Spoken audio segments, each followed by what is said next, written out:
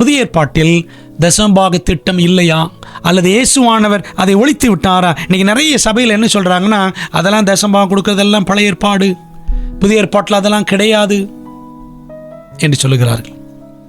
ஆண்டவர் இயேசு கிறிஸ்து சிலுவையில் அவர் தொங்கின பொழுது 10 கற்பனைகளை ஒழித்தார், அதுபோல் அந்த தசமபாகத்தையும் ஒழித்து விட்டார் என்று பொய் உபதேசம் பரவலாக காணப்படுகிறது.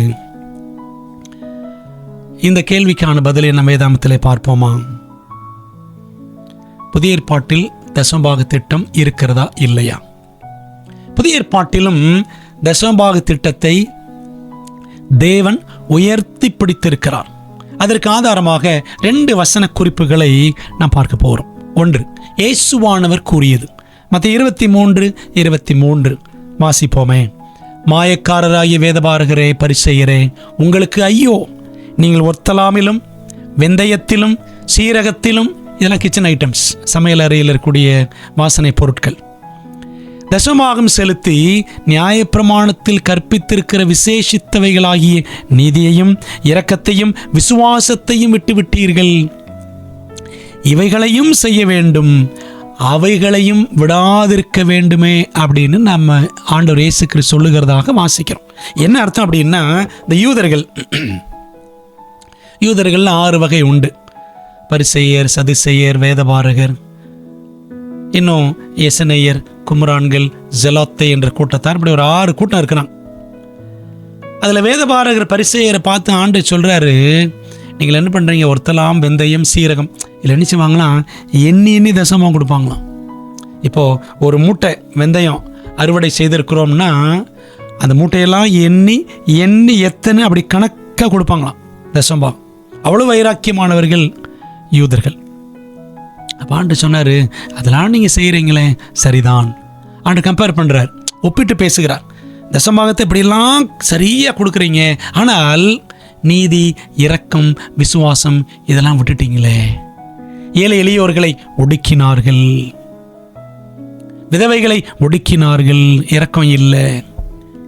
நீதி தேவனுடைய நீதியே என்று அவர்கள் சார்ந்திராமல் தங்களுடைய சுயநீதியை, நான் இப்படி இருக்கிறேன், தசமாக கொடுக்குறேன், உபவாசம் இருக்கிறேன், அப்படி இப்படிலாம் நினைச்சாங்க. அன்பானவர்களே, அப்போது ஆண்டவர் இயேசு கிறிஸ்து சொல்லும்போது சொல்லாரு பாருங்க, இவைகளையும் செய்ய வேண்டும். எது? நீதி இரக்கம் விசுவாசம் இதெல்லாம் காட்டணும். அவைகளையும் தசமாக கொடுக்கிறதையும் விட்டு விடாதிருக்க வேண்டும்.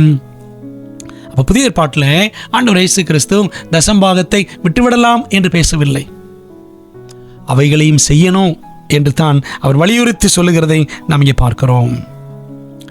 புதிய ஏற்பாட்டில் 2வது காரியத்தை பார்ப்பதற்கு முன்பாக ஆண்டவர் இயேசு கிறிஸ்து சொன்ன இந்த வசன அடிப்படையில் தசம்பாகம் செலுத்துவது மட்டுமல்ல, மற்ற சத்தியங்களையும் கடைபிடிக்க வேண்டும் என்பதை இயேசு வலியுறுத்தி காண்பித்தார். ஏனெனில் யூதர்கள் தசம்பாக விஷயத்தில் மிகவும் கருத்துள்ளவர்களாக இருந்தனர். அதே சமயம் நீதி இரக்கம் அன்பு விசுவாசம் ஆகிய காரியங்களில் குறைவுபட்டிருந்தனர். 2வதாக பவுல் அடிகளார் கூறியது தசம்பாகம் பற்றி என்ன சொல்லியிருக்கிறார்? 1 கொரிந்தியர் 9:13-14-15 ஆசாரிய ஊழியம் செய்கிறவர்கள் தேவாலயத்திற்குரியவைகளில் புசிக்கிறார்கள் என்றும், பலிபீடத்தை அடுத்து பணிவிடை செய்கிறவர்களுக்கு பலிபீடத்தில் உள்ளவைகளில் பங்கு உண்டென்றும் அறியீர்களா? ஆலயத்தில் வேலை செய்கிறவங்களுக்கு ஆலயத்தின் காரியங்களில் பங்கு உண்டு.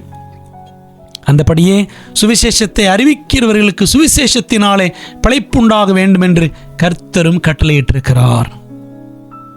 பழைய ஏற்பாட்டில் படிக்கிறோம்ல. அப்படி இருந்தும் நான் இவைகளில் ஒன்றையும் அனுபவிக்கவில்லை, இப்படி எனக்கு நடக்க வேண்டும் என்று இவைகளை நான் எழுதுகிறதும் இல்லை. என்ன சொல்றாரு பவுல்? என் சொந்த கைகளே வேலை செய்தது. அவர் கூடார தொழில் செய்து தன் பிழைப்பு கடத்த காரியங்களை பார்த்து கொண்டார். அதே சமயத்தில் பிலிப்பி பட்டணத்தில் இருந்த சபையார் அவருக்கு பண உதவி எல்லாம் செய்திருக்கிறார்கள். பிலிப்பியர் 4ஆம் அதிகாரத்தை படித்து பாருங்களேன். இப்படி ஊழியக்காரனுக்கு ஆலயத்திலிருந்து பங்கு வர வேண்டும். அந்த ஆலயத்திலிருந்து வரக்கூடிய வருமானத்திலிருந்து தான் ஊழியக்காரர்கள் குடும்பமாக புசிக்க வேண்டும். ஆனாலும் நான் இவைகள் ஒன்றையும் அனுபவிக்கவில்லை, இப்படி எனக்கு நடக்க வேண்டும் என்று இவைகளை நான் எழுதுகிறதும் இல்லை. என் மேன்மை பாராட்டலை ஒருவன் அவத்தமாக்குகிறதை பார்க்கிலும் சாகிறது எனக்கு நலமாயிருக்கும். என்ன சொல்றாருன்னா, ஊழியக்காரர்கள் ஆண்டவருக்காக சேவை செய்கிறார்கள், தேவாலய பணி செய்கிறவர்களுக்கு தேவாலயத்திற்குரியவைகளில் பங்கு உண்டு என்பதை மிக தெளிவாக சொல்லுகிறார். அதாவது விசுவாசிகள் சம்பாதிக்கிற சம்பாத்தியத்திலிருந்து கொடுக்கிற தசம்பாகத்திலிருந்து ஊழியக்காரர்கள் அவர்கள் குடும்பங்கள் போஷிக்கப்பட வேண்டும் என்பதைத்தான் இங்கே பவுலும் தெளிவாக சுட்டி காண்பிக்கிறார். தேவனுடைய ஆலய பணியை ஆதாரமாக கொண்டு ஊழியம் செய்கிறவர்கள் அந்த ஆலயத்தின் பரிசுத்த வஸ்துக்களால் ஆதரிக்கப்பட வேண்டும் என்பதை பவுல் இங்கே வலியுறுத்துகிறார் என்பதிலே சந்தேகம் இல்லை.